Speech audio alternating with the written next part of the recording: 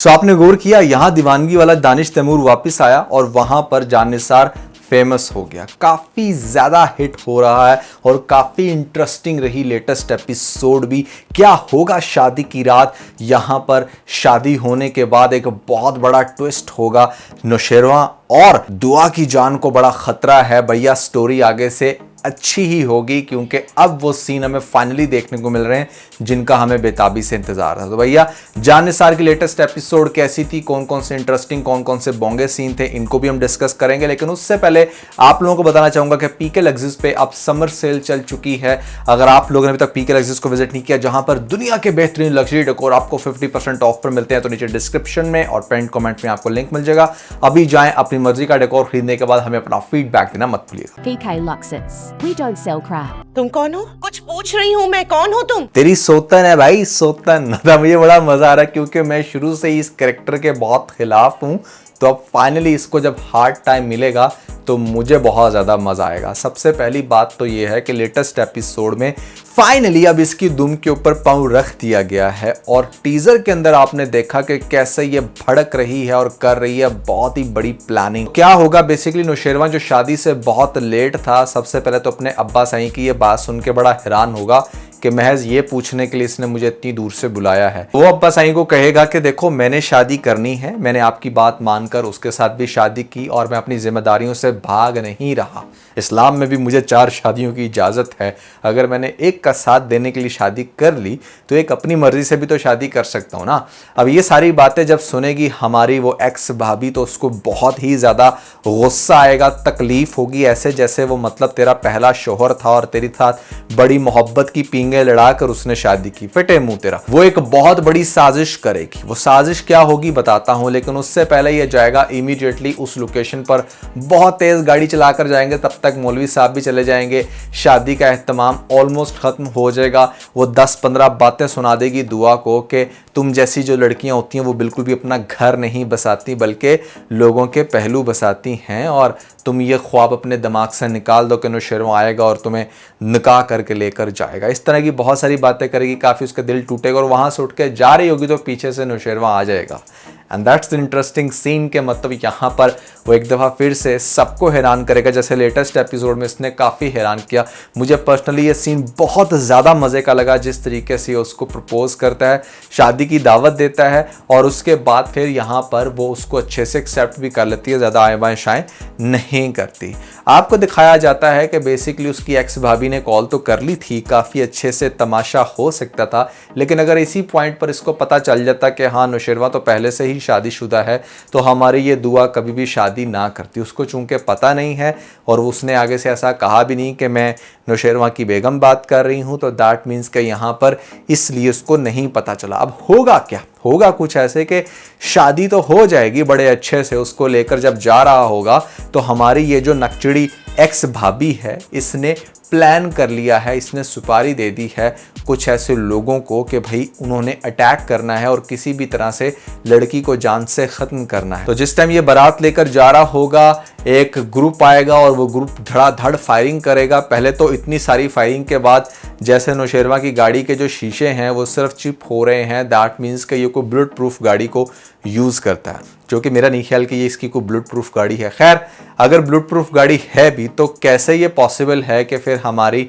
दुआ को कुछ हो जाए। लेकिन शायद ये दिखाएं कि उसको बाजू पर या किसी ऐसी जगह पर गोली लगे जहां पर वो थोड़ी सी जख्मी हो, या फिर इवेंचुअली हमारे नौशेरवां को ही दोबारा से गोली लग जाए जिसके बाद वो फिर से हॉस्पिटल पहुंच जाए, या कुछ भी ऐसा हो सकता है।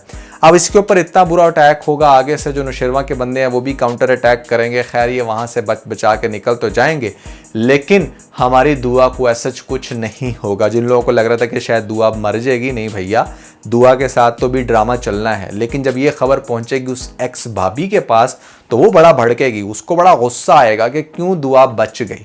तो वो है फ़ोन पे बात कर रही होगी उस इंसान के साथ कि मैंने तुम्हें कहा था कि उस लड़की को नहीं छोड़ना, उसको मारना है। तो ये बात उसकी अम्मा साईं सुन लेगी।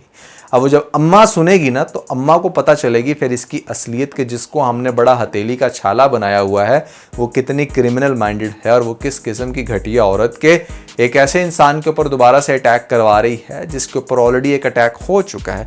भले उसकी बेगम के ऊपर ही, लेकिन गोली तो नौशेरवा को भी लग सकती थी ना, वो जान से जा भी सकता था।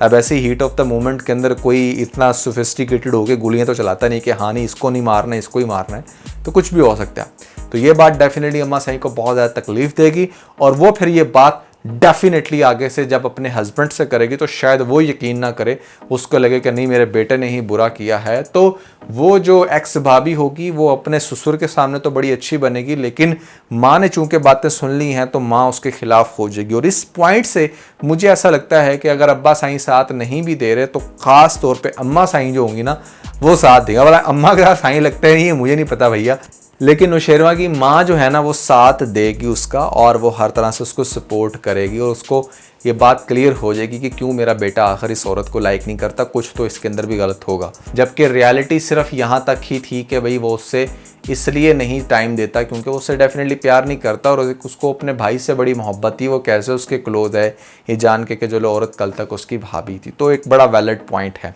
अब आपको दिखाया जाएगा कि वो शादी करके जब उसको इस नए घर के अंदर लेकर आएगा तो बहुत हद तक जो हमारी दुआ होगी ना वो बिल्कुल रोबोटिक मैनर के अंदर काम करेगी। बस उसकी बात सुन रही है, काम कर रही है, उसके अंदर एक लाइफ नहीं है, उसके अंदर वो एनर्जी नहीं है। तो जो एनर्जी जो लाइफ उसने देखकर उससे शादी की वो एक्चुअली में काफ़ी हद तक उसके अंदर चेंज है। और जबकि दुआ को कुछ समझ नहीं आ रही, दुआ उसको कंटिन्यूसली बार बार ये कहती रहेगी कि वो दुआ मर गई, वो दुआ मर गई। अरे भाई उसने तुम्हारे साथ शादी करके तुम्हें एक नई ज़िंदगी दे दी, तो तुम उस दुआ को वापस लेके आओ ना जिसकी वजह से उसे तुमसे मोहब्बत हुई।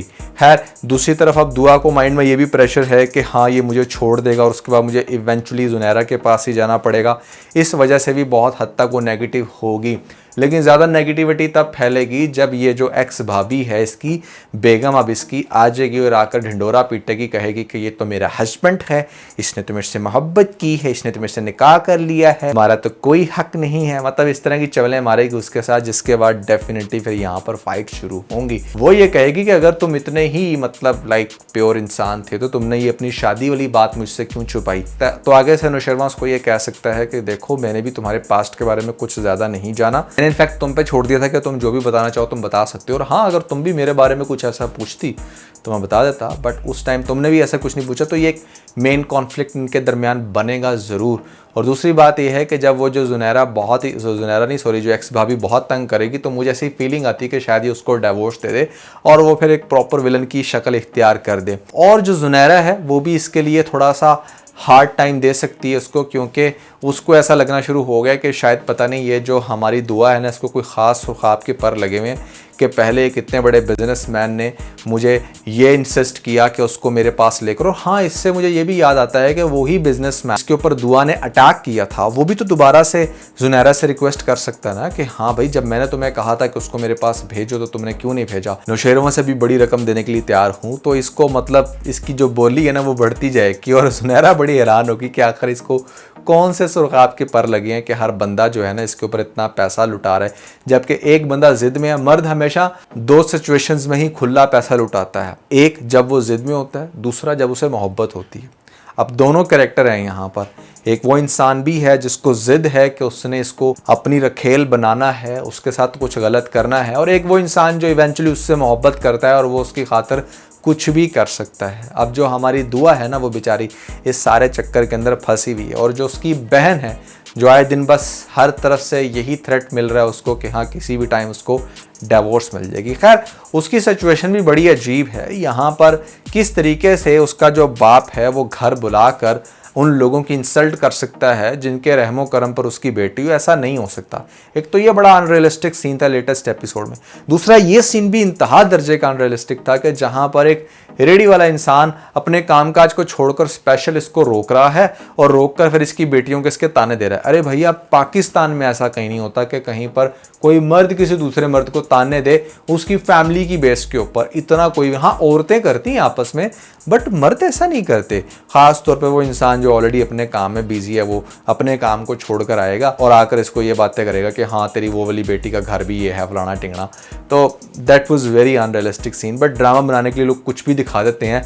लेटेस्ट एपिसोड ऑल्दो काफ़ी इंटरेस्टिंग थी, शादी के बाद मज़ीद इंटरेस्टिंग सीन्स देखने को मिलेंगे, और वो लोग जो चाहते हैं कि किसी तरीके से दुआ और हमारे नौशेरवा का जो पैचअप है हो जाए, उनको ये चीज़ एंड तक डाउटफुल करके दिखाई जाएगी ताकि ड्रामे के अंदर इंटरेस्ट बना रहे, और यही होगी जान निसार की मेन स्ट्रैटेजी।